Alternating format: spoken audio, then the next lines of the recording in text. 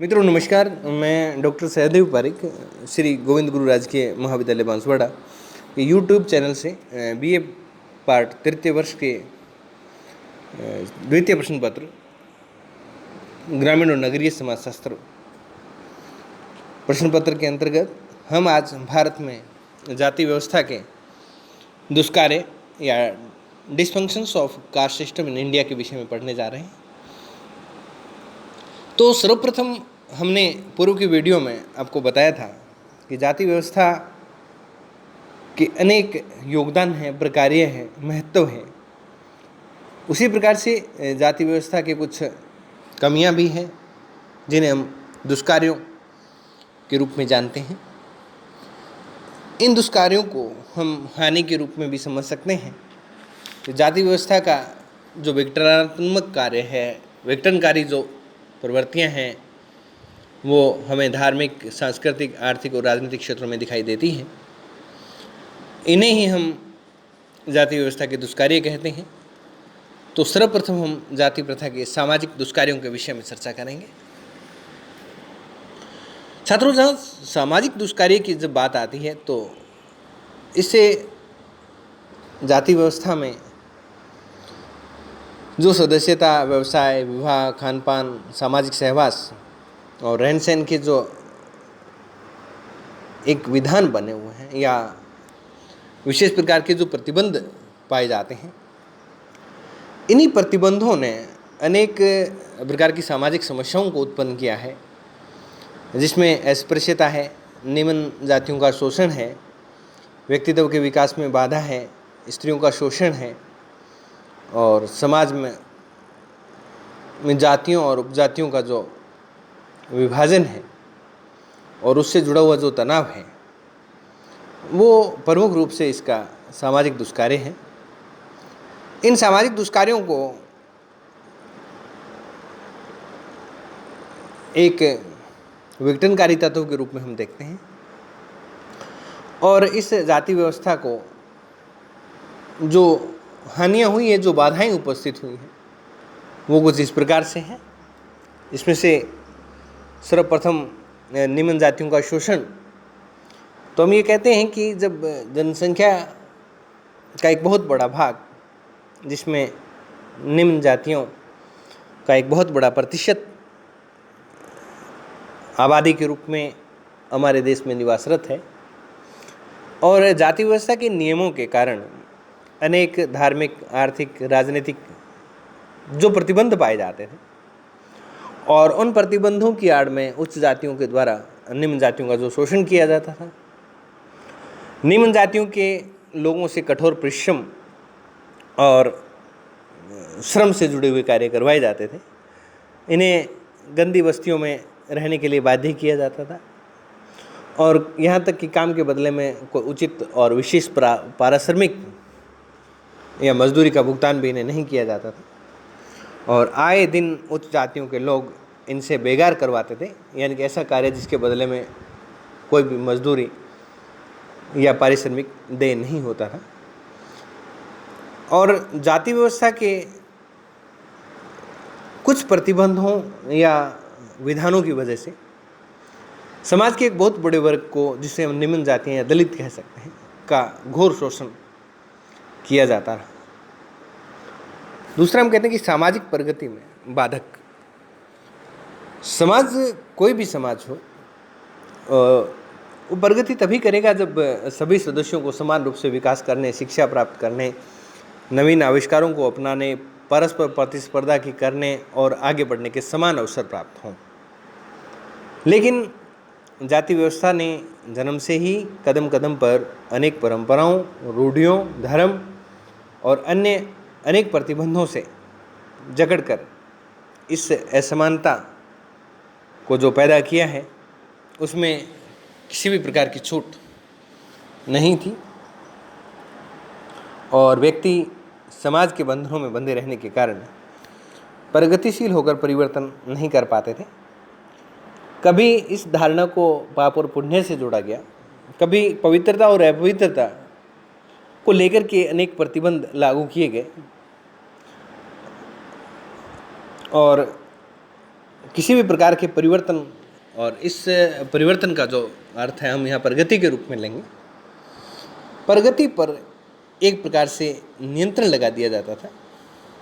और जाति व्यवस्था रूढ़िवाद एवं स्थिरता पर आधारित होने के कारण विकास, प्रगति और उन्नति में एक बाधा के रूप में खड़ी हुई, जहाँ परिवर्तन को पाप माना गया और जाति ने समाज को रूढ़ियों में घेर कर परंपरावादी बना दिया, जिससे विकास के मार्ग में अनेक बाधाएं उपस्थित हुई और सामाजिक प्रगति जो रुक गई है। नेक्स्ट बिंदु के रूप में हम देखते हैं सामाजिक विघटन, जिसको हम सोशल डिसऑर्गेनाइजेशन कहते हैं, कि जाति व्यवस्था अनेक निषेधों को लेकर के चलता है और जिससे हिंदू समाज अनेक अंतर्जातीय समूहों में बंटा रहा है। जो भी जाति के नियमों का उल्लंघन करता उसे जातीय पंचायत के द्वारा कठोर कानूनों के माध्यम से उसकी जातिगत सदस्यता समाप्त कर दी जाती, उसे जाति बहिष्कृत कर दिया जाता। और जो भी आंदोलन हुए, जितने भी आंदोलन हुए, वो जाति को समाप्त नहीं कर पाए, जबकि स्वयं अपने आप में एक जाति और एक अलग धर्म और एक अलग मान्यता के रूप में विकसित हो गए। जैसे हम कह सकते हैं कि आर्य समाज, ब्रह्म समाज, जैन समाज, बौद्ध धर्म, कबीर पंथ, लिंगायत आदि जो उदाहरण है। एक तरह से ये जो आंदोलन थे, ये समाज सुधार के विषय में समाज सुधारक संस्थाएं थीं, जिन्होंने समाज की कुछ बुराइयों को लेकर के एक विशेष प्रकार का आंदोलन जारी किया। परंतु जाति व्यवस्था को ये आंदोलन समाप्त नहीं कर पाए और प्रत्येक समाज को जाति व्यवस्था ने छोटी छोटी इकाइयों में बांट दिया, जिससे विघटन की गति तीव्र होती गई और जाति के विवाद और अन्य प्रतिबंधों के कारण समाज में कुछ ऐसी विघटनकारी समस्याएं पैदा हो गई जिनको नियंत्रित करना असंभव सा हो रहा है। और सामाजिक समस्याओं के लिए जाति प्रथा को उत्तरदायी माना जाता है। कुछ भारतीय समाज में जो सामाजिक समस्याएं हैं, जो आपने पूर्व की कक्षाओं में भी पढ़ा है, वर्तमान में भी पढ़ रहे हैं, देख रहे हैं, जिसमें बाल विवाह है, दहेज प्रथा है, कुलीन विवाह है, जाति अंतर्विवाही है, सती प्रथा तो अब नहीं है, तो विधवा पुनर्विवाह निषेध और अस्पृश्यता, छुआछूत आदि का जो कारण है वो कहीं ना कहीं जाति प्रथा ही रही है। और इन सामाजिक समस्याओं का जो कारण है वो जाति प्रथा के विभिन्न प्रकार की जो प्रतिबंध हैं, जिसमें हम कह सकते हैं कि जन्म पर आधारित सदस्यता को ले लीजिए, अंतर्विवाही प्रतिबंध को ले लीजिए, व्यवसायों पर प्रतिबंध को ले लीजिए, खान पान, कर्म और पुनर्जन्म की मान्यताओं को ले लीजिए। यदि ऐसी धारणाएं या ऐसे प्रकार के कानून जाति प्रथा के अंतर्गत ये प्रतिबंध नहीं होते तो समाज में ये समस्याएं नहीं होती। उसके बाद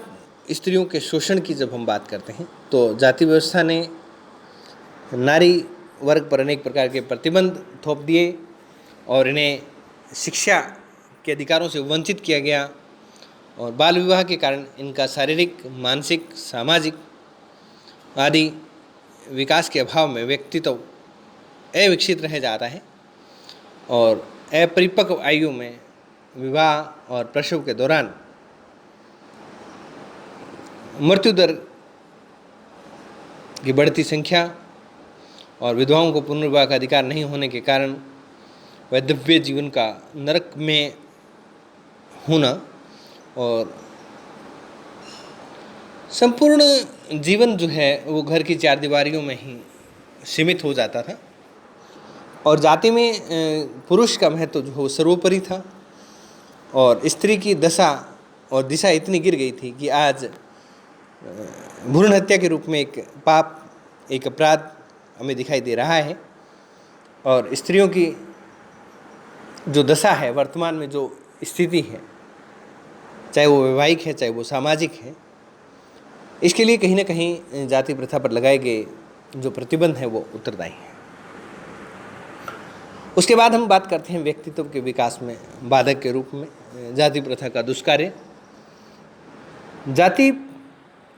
के जो प्रतिबंध हैं उसमें व्यक्ति अपनी योग्यता, बुद्धिमत्ता, रुचि और परिश्रम और शारीरिक क्षमताओं के अनुसार ना तो व्यवसाय का चुनाव कर सकता था और न ही अपने गुणों का विकास कर सकता था। व्यक्ति की सामाजिक परिस्थिति, व्यवसाय और भूमिका, प्रतिष्ठा जन्म के समय ही जाति के आधार पर निर्धारित कर दी जाती थी और जो जीवन में हमेशा अपरिवर्तनशील थी। निम्न जाति के जो प्रतिभावान युवक हैं वो जाति के इतर गुणों को विकास नहीं कर सकते थे। उनका जीवन घुटन, नैराश्य और पिछड़ापन में ही समाप्त हो जाते थे। जाति व्यवस्था में प्रतिस्पर्धा के अभाव के कारण निम्न जाति के लोग आलसी, अकर्मण्य, भाग्यवादी और अंधविश्वासी हो जाते थे और दूसरी ओर उच्च जाति के लोग इस प्रथा के कारण अयोग्य, अकर्मण्य, मंदबुद्धि और दुर्बलता के होते हुए भी समाज के प्रतिष्ठित पदों पर आसीन होते थे और इस प्रकार जाति व्यवस्था ने जो है वो अनेक प्रकार से व्यक्ति के विकास में बाधाएं उपस्थित की और समाज की एक बहुत बड़ी ताकत को उनके अधिकारों और उनकी योग्यताओं से दूर रखा। उसके बाद हम बात करते हैं सामाजिक गतिशीलता में बाधक। जाति व्यवस्था में व्यक्ति को जो सदस्यता है, परिस्थिति है, वो जन्म के आधार पर प्राप्त होती थी और किस जाति में व्यक्ति जन्म लेता है उसी का सदस्य बनकर रह जाता था और व्यक्ति अपने गुण, शिक्षा, मेहनत के द्वारा स्थिति सुधार नहीं कर पाता था, यानी कि किसी भी प्रकार का कोई परिवर्तन इसमें नहीं पाया जाता था। वह कितना ही गुणवान, ईमानदार और कर्तव्यपरायण होने के बावजूद भी उच्च जाति जैसी सदस्यता नहीं प्राप्त कर पाता था। इस प्रकार से हम ये कह सकते हैं कि जाति प्रथा ने समूह, समाज और व्यक्ति तीनों प्रकार की गतिशीलता में एक बाधा के रूप में कार्य किया है, हानि पहुंचाई। ये था मित्रों हमारा सामाजिक दुष्कार्य जाति प्रथा का, यानी कि सामाजिक जीवन में जो हानियाँ, जो नुकसान जाति प्रथा के द्वारा जो हुई है वो हमने इन बिंदुओं के अंतर्गत समझने का प्रयास किया है। और दूसरा जो बिंदु हमारा आता है वो है सांस्कृतिक प्रगति में बाधक। सांस्कृतिक प्रगति की जब हम बात करते हैं तो किसी भी व्यक्ति के लिए संस्कृति या संस्कृति की प्रगति के लिए ज़रूरी होता है